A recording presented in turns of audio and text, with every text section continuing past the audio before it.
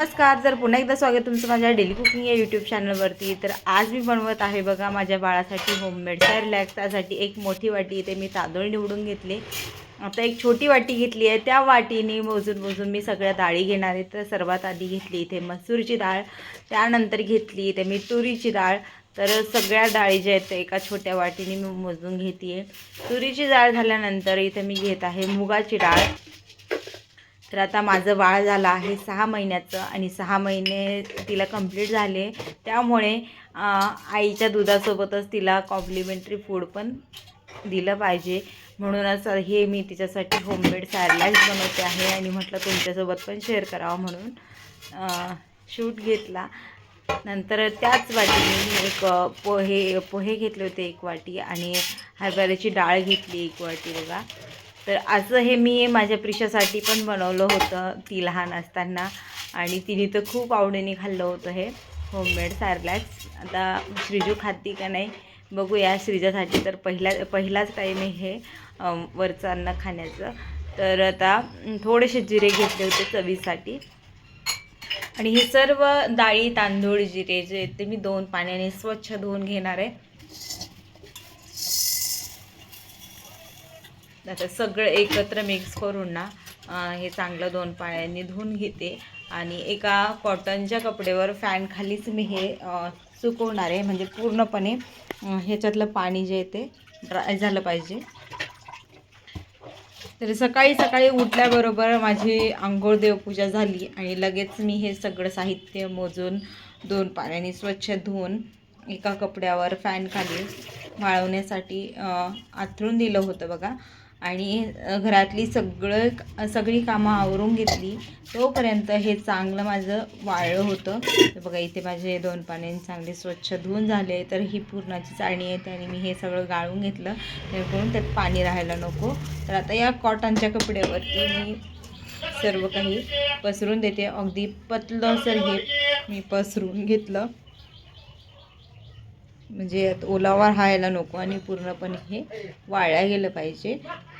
आणि आता घरातली माझी बाकीची कामं जशी धुणे भांडी स्वयंपाक फरशी सगळं होईपर्यंत हे फॅन खाली मी सुकून घेणार आहे। तर माझे सगळं कामं होईपर्यंत ना हे चांगले सुकले होते, एकदम कोरडे झाले होते बघा। तर लगेच कढाई ठेवली गॅसवरती आणि हे चांगलं सगळं डाळी तांदूळ आहे ना भाजून घेतले आधी हाय फ्लेमवर आणि नंतर एकदम कढई किंवा यातली धान्य जर एकदम तापले ना तर एकदम लो फ्लेमवर असं त्याचा चटचट आवाज येतो भाजण्याच्या वेळेस आणि एकदम असा छान असा खमंग वास सुटतो। तोपर्यंत हे भाजून घ्यायचे। कलर पण थोडासा चेंज व्हायला लागतो डाळीचा तांदळाचा, अगदी असं गुलाबी रंग येतो या सगळ्या मिश्रणाला। तोपर्यंत हे चांगले भाजून घ्यायचे। आता इथे माझं सगळं मिश्रण जे ते भाजून झालं आहे। थंड होण्यासाठी परत फॅन खाली ठेवलं। तुमच्याकडे जर वेळ असेल तर असंच तुम्ही थंड करून घेऊ शकता, फॅन खाली ठेवायची गरज नाही। एक 5 ते 10 मिनटं ते थंड होऊन जातं। पण मला जायचं होतं आईकडे, त्यामुळे मी फॅन खाली हे थंड करून घेतलं आणि लगेच एका बॅचमध्ये म्हणजे मिक्सरच्या मोठ्या भांड्यामध्ये मी हे बारीक करून घेते। जर तुमच्याकडे छोटी गिरणी असेल ना तर तुम्ही हे गिरणीमध्ये मधून पण काढू शकता आणि अजून फाईन पावडर तयार होईल होतं, आपल्याला चाळायची गरज पडणार नाही। पण माझ्याकडे गिरणी नाही तर मिक्सरमध्ये मी बारीक करून घेतलं आणि मैद्याच्या चाळणीने हे चाळून घेते। तुमचं बाळ जर 1 वर्षाचं असेल तर तुम्ही डायरेक्ट पण हे शिजवून खाऊ घालू शकता।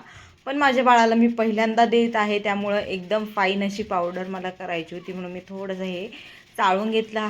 अलगद हलक्या हाताने मी हे चाळलं होतं आणि हे वरचं जे ते मी फेकून देणार नाही। एखाद्या वेळेस थालीपीठ किंवा धपाटी वगैरे केली तर त्यामध्ये हे आपण घालू शकतो। सर्व डाळी आणि तांदळाचं तर पीठ आहे हे।